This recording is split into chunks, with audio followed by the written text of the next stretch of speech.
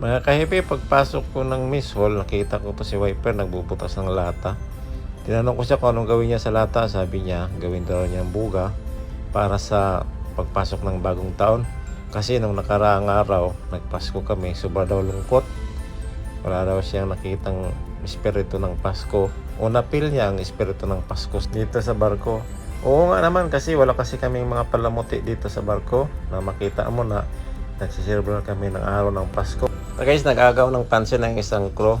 Sabi, tinanong ko siya, nang ginagawa mo? Sabi, timpla ko ng kape para maibuga ko sa iyo ang init na to. Mapil mo yung init. Kala ko, espiritu ng Pasko. Init pala ng tubig. Balikan natin guys, itong isa na gumagawa. Tuloy pa rin siya nagbubutas ng lata. Tinanong ko siya kung ilang piraso ang kanyang binubutasan.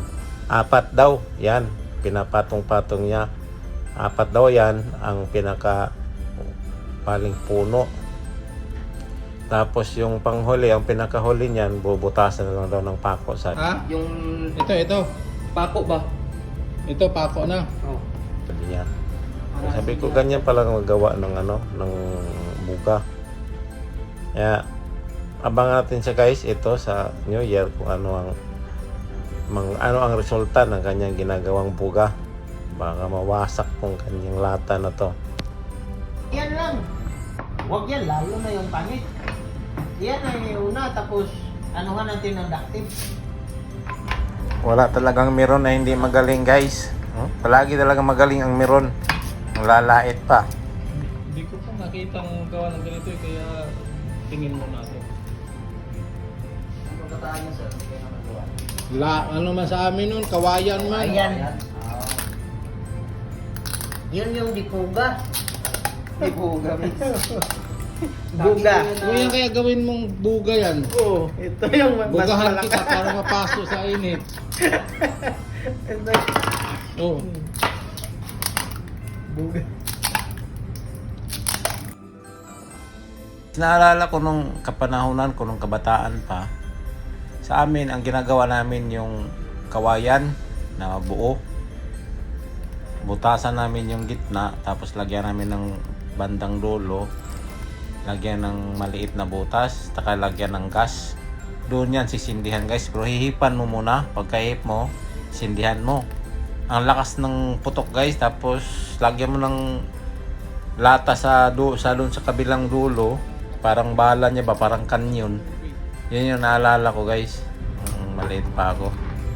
Pag New Year, yung kagad. Ano yan, tapatan sa kabilang kalye, mayroon din. Dito sa amin, mayroon. Pag putok namin, putok din sila doon sa kabila. Tsaka yung nilagyan namin ng lata na alpine sa loob. Lipad yun guys, ang lakas. Ito, ang inaalala ko, baka ang tip matanggal, yung ginawa niya ang lumipad. Mas ang tawag nun guys sa amin, lantaka. Ito naman sa kanila, sa Ilonggo, puga. Yun ang sa amin lantaka, malakas yun, kawayan. Anong buga na yan? Hindi din na ba itong putok agad dun sir? Ay, wala man. Hindi man. Ay, ito pa lang. Ay, tingnan mo. Yan. Masyado na mahaba. Ano ba? Yan, meron kinamig. Yan, napasok yun sa Maganda pala yan, yung mapasok sa butas. pinapasok sa butas para masikip. Ano nyo ba, bunker nyo sa hydraulic oil? Diyan may pwesto sa labas ko. Ayaw, Titis dyan. Yan dyan ang tip. Tapik na kay Mr. Ulo. Gisingin mo si Mr. Sa beds. Pera to. Hindi, segundo. Hindi mo wala yan. May butasan ko ba to? Ha? Butasan sa Ano lang naman butas, pako, yung butas. Sa lighter. Diba? Gaganon nila pala. Yung ano ni Mestro, yung... Pero safe lang yan eh. Yung Bluetooth ni Mestro ba, pasingawan lang dito. Di ba, huwag mong isindihan ba? Sabay sindihan mo na pagtapos ba, no? Diretso na yun eh. Malaki yun eh. Ikaw naman, ano masabi mo? Ganun pa rin siya. Ganun pa rin siya, ano? Celebration. Celebration. Kapangalan ni Yesu Cristo.